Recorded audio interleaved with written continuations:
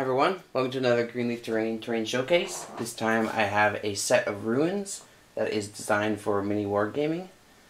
The set has been designed slightly different than all my other sets. These guys are all on rectangular or square bases or slightly like L shapes.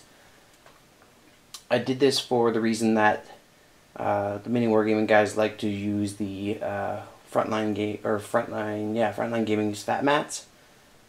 And therefore these guys are very modular. They can be placed on all different types of mats. So the idea is that it was a ruined hive city type of thing, so that's why there's like tiling everywhere. I also have a ruined sentinel from Imperial Guard there, and I think it's a manticore that is blown up. So I did some other improvements. There are walkways on this larger piece and that larger piece. Instead of doing kind of like a huge interior, I did two sides on both of them and then did walkways in between. Just something a little bit more dynamic, I think, than having a full interior with all these interior walls. I also did a lot of interior walls, just shorter guys, but this full piece being one giant guy, I think it's cooler being two. Then you can do things like add these guys in, and then this is kind of a footprint of a building there. If I had room, this other building could be sitting here. There's a few buildings that are off camera a little bit. This guy features a bunch of it's Pegasus Hobbies piping, just to give it a little bit of a mechanicum feel.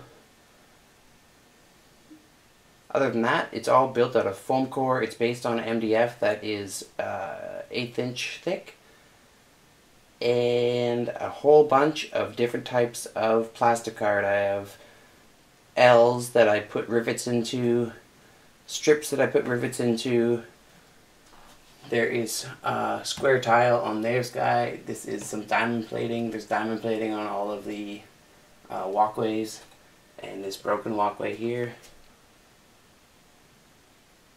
Yeah, quite a bit.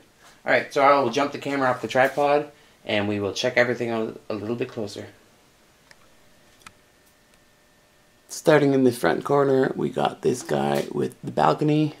Every piece has been airbrushed up with a series of 4 different grays up to a white, and then I think 7 or 8 different types of browns up to a black for the burning up at the top here and the burning that comes through the windows. We got some rusting going on, and there are propaganda posters around, the Keep Calm and Carry On posters and a couple other ones.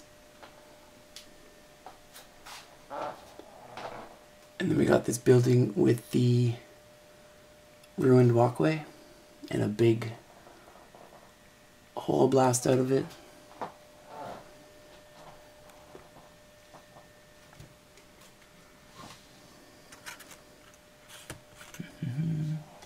There's a staircase leading up here.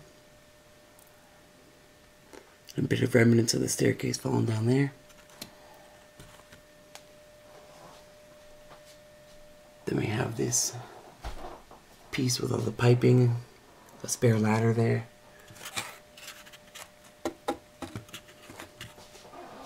All these levels are also 3 inches apart, designed for 40K. They're moved into the wrecked guy here. I used the hairspray weathering technique on this guy.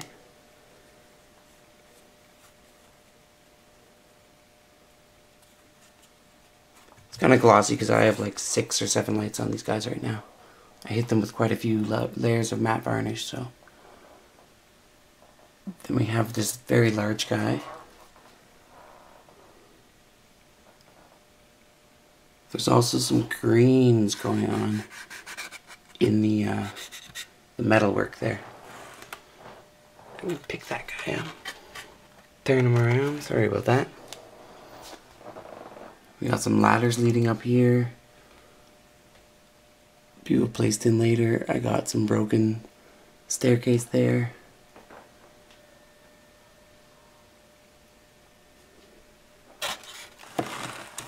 There's that guy. Give you a shot down there. There's the walkway. This one is the widest walkway. I think it's about 2.5 inches. And then we have this L-shaped guy. Pipe running up the corner there.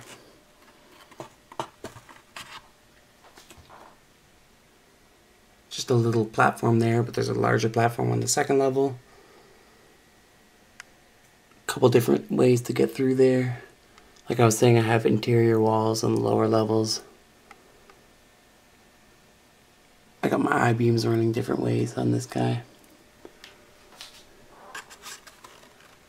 And if we move him out of the way, we have this guy that has the two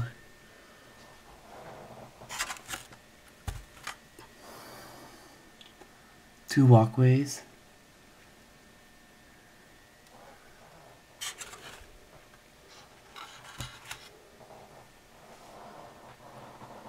And then we got a staircase down there, a ladder there.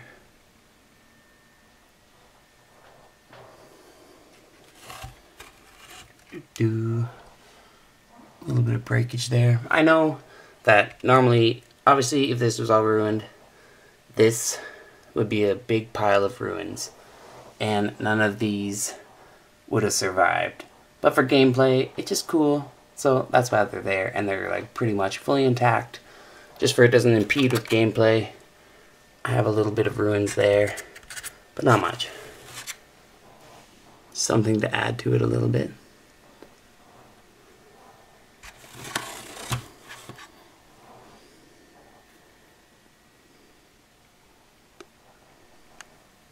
So that gives you a look at the set as a whole, and a little bit closer. I will put a full set of pictures of this guy up on my Facebook, and a link to that will be in the description. If you are interested in picking up a set of custom terrain like this or anything else, you can email me at greenleafterrain@gmail.com and I'll get back to you with a quote. Other than that, thanks for watching, and happy wargaming.